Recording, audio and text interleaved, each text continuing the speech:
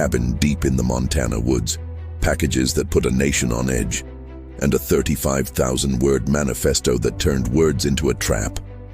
Stay with me, because this story starts with quiet envelopes and ends with a name. No graphic detail here, just facts and the people at the center. Late 1970s, Midwest campuses and mailrooms. Odd handmade devices appear where curiosity feels safe. Wooden boxes, wires tucked with care, and a tiny metal stamp marked FC. A signature without a face. Airline investigators see smoke on a flight in 1979. An emergency landing saves lives, but fear boards every plane after that. The FBI coins a code name from its earliest targets, universities and airliners. UNABOM becomes the Unabomber in headlines. He builds with patience more than parts. Carved wood, epoxy, hand-filed metal, and tricks designed to fool the eye. He studies return addresses, postal habits, and the way we open things without thinking. Each package is a test of routine. Sketch artists work from brief sightings, hood up, sunglasses on. A figure who could be anyone in a crowd. Tips flood hotlines. Task forces form and fold. The case stretches across years and area codes. He writes letters to newsrooms and professors.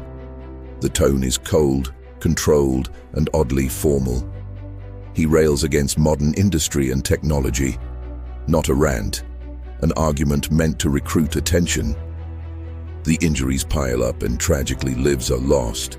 Communities harden their mail routines. Offices make opening a package a two-person rule. Meanwhile, the devices evolve. He learns from each incident like an engineer revising a blueprint. For investigators, evidence becomes a puzzle in layers, tool marks in wood, saw patterns on dowels, chemical residues that suggest a workshop, not a factory.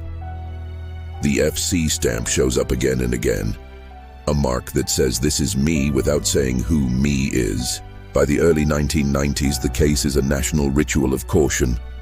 Universities brief their staff, newsrooms keep logs of anything unexpected. Then a letter arrives with a demand that feels like a switch flipped. Publish a long essay, or more attacks will follow. It's not a random diatribe, it's a manifesto, industrial society and its future. Meticulous paragraphs, consistent logic, and phrases that read like fingerprints. The FBI makes a careful call with the Washington Post and the New York Times. Publish it, hoping someone recognizes the voice. On living room floors and at kitchen tables across America, people circle sentences. They hear not just ideas, but a person.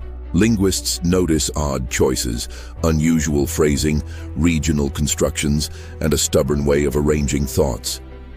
A single strange proverb usage stands out to experts. Not proof by itself, but a breadcrumb in ink. In upstate New York, a man reads the manifesto and feels his stomach drop. David Kaczynski recognizes the rhythms of someone he knows. He and his wife, Linda Patrick, reach out to an attorney. With care and fear in equal measure, they contact the FBI. Agents compare letters, phrases, and habits with professional restraint. Style isn't DNA, but it can point to a door. The door leads to a tiny cabin near Lincoln, Montana. No electricity, no running water, a workspace where patience is the main tool. April 3, 1996. Agents move quietly through the trees. A man steps outside with a wary look that's learned, not startled. Inside the cabin, investigators find a typewriter, writings, and components that match years of careful notes. The paper trail meets the evidence trail. A name enters the record: Theodore John Kaczynski. The courtroom will decide the rest. The country exhales, but the case doesn't become a spectacle. The focus turns to process, what worked, and why it took so long. In 1998, to avoid a death penalty trial, Kaczynski pleads guilty. He receives life in prison without the possibility of parole. Families speak with dignity. Journalists keep the lens wide. The story becomes history, not just headlines. Why did this hunt last 17 years? Because anonymity is easier when your tools are patience and the mail. He built devices like a craftsman and mailed them like a ghost. He kept the circle small and the workshop smaller. Why did it end? Because words reveal more than we think. Linguistic analysis, public attention, and one family's courage formed a triangle the suspect couldn't escape. The manifesto he believed would spread his ideas instead narrowed the search to a single name. The Unabomber case changed how institutions handle threats. Mailrooms got protocols. Universities trained for anomalies. Newsrooms learned to coordinate with law enforcement when publication becomes part of public safety.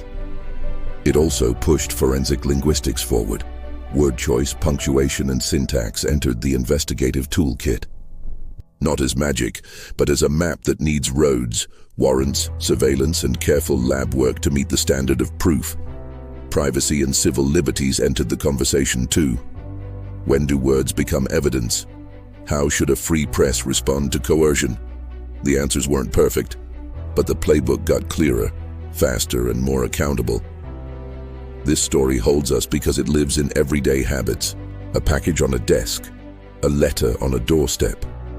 It reminds us that small routines can be turned against us, and that careful routines can protect us in return. Most of all, it shows how many kinds of expertise it takes to close a case. Wood science and chemistry, behavioral profiling and field surveillance, editors and agents making decisions together in real time. If you explore this case, start with verified court records and the FBI's public timeline. Separate the mythology from the method. We won't show graphic content on this channel, and we always put people before spectacle. The Unabomber story isn't about a cabin as much as it is about a community of solvers, a nation that read closely, documented carefully, and waited for the one clue that could be checked, tested, and proven. In the end, words caught the writer, and the quiet click of a handcuff closed a chapter 17 years in the making. If careful, fact-first storytelling works for you, you're in the right place. Subscribe and queue up the next episode, another case where a small detail changed the rules for the rest of us.